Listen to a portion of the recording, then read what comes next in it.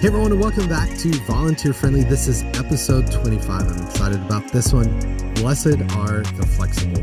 If you've never joined me for Volunteer Friendly before, then welcome. If you have, then welcome back.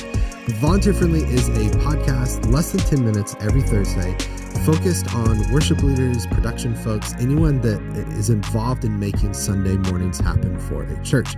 The goal of Volunteer Friendly is to release episodes less than 10 minutes and to really provide a topic, a point of discussion for you to, one, contemplate on your own, and then two, discuss with your team. I'm super excited about this week's episode. Here's the reason why for me. I have served both as a worship leader and as a production person. I have served as the person who plans the sets, who leads worship, who plays guitar in the band, as a music director, as a guitar player. And then I have been the person who takes a set list from a worship leader and leads worship from behind a soundboard, who leads worship behind a lighting console, who leads worship behind a video switcher to represent things on broadcast. I've served in both roles.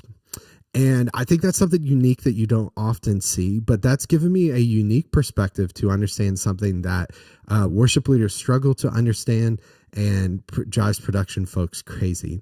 And that is the need for flexibility. And we could even use the term spontaneity if we wanted to, but in the middle of a worship service. And here's what I mean by that. Now, we've talked in previous episodes about planning versus spontaneity.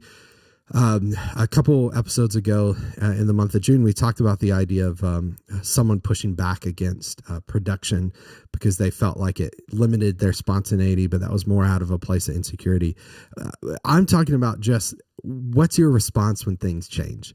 And generally, I'm going to highly stereotype here. And generally, most production folks that I have worked with, when things change in the middle of a worship service, they just self-destruct. They just blow up. Why can these people never follow the plan? They just absolutely lose it. And worship leaders don't understand it. They go, why is it such a big deal that if I repeat the chorus, see the pro presenter person throw their hands up, get frustrated. Why is that such a big deal? Production people go, why can't these worship leaders just plan? And worship leaders go, why can't they just be flexible? And in fact, I guess this was probably about 3 years ago. My buddy Carl Barnhill asked me on his, was it a Facebook group or a blog post? I can't even remember now. But I basically put this challenge out to worship leaders, and it was the start of a new year. And I was challenging worship leaders to focus and spend more time planning.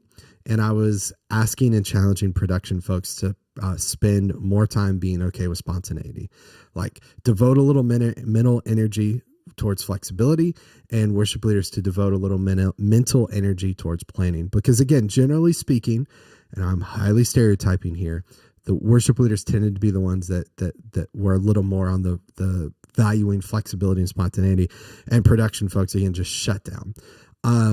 For me, my experience in both camps has benefited me a lot because I know what it feels like to stand on stage and feel like the way the room is responding, what I feel like God is saying in this moment, what God's doing in this moment requires a different song completely, requires us repeating a chorus.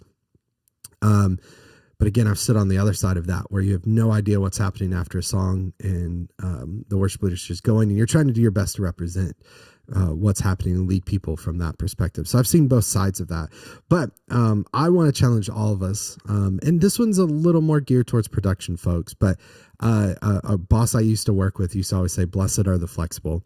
And just this idea of having flexibility and being okay with change, handling change well when things change last minute, when things change on stage.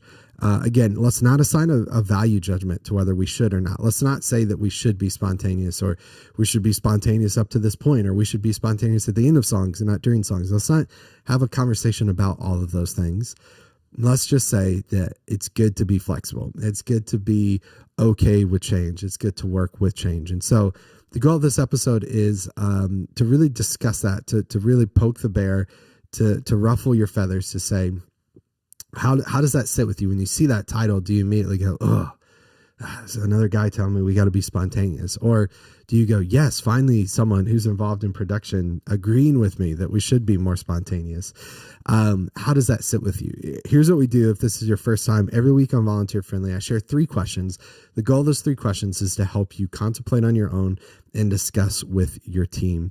And to make it easier for both of those things, we've created a PDF of those downloadable questions, of those processing questions that you can download, and you can write on your own what your responses are to that. But you can actually print this out and hand it to your team so that every week at rehearsal, before tech rehearsal, before staff meeting, you can discuss these topics. And again, I hope these topics are topics that really make you think and really stir up strong emotions and opinions. I think they will. Okay, let's get to our questions for this week.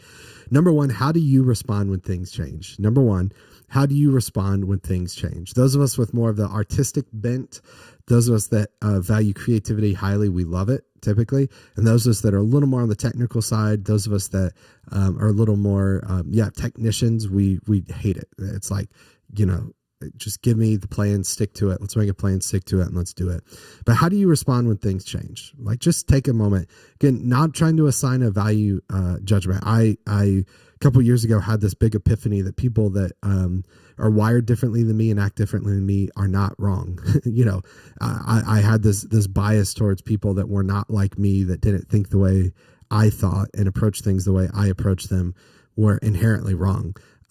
Let's not go into this and go, oh, I appreciate flexibility and spontaneity because I am an artiste, and to be an artist, there's no higher calling. Like, no, not that. Just how do you respond when things change? Number 2, this is primarily towards the production person, primarily towards the person who has an opposition, a pushback towards flexibility.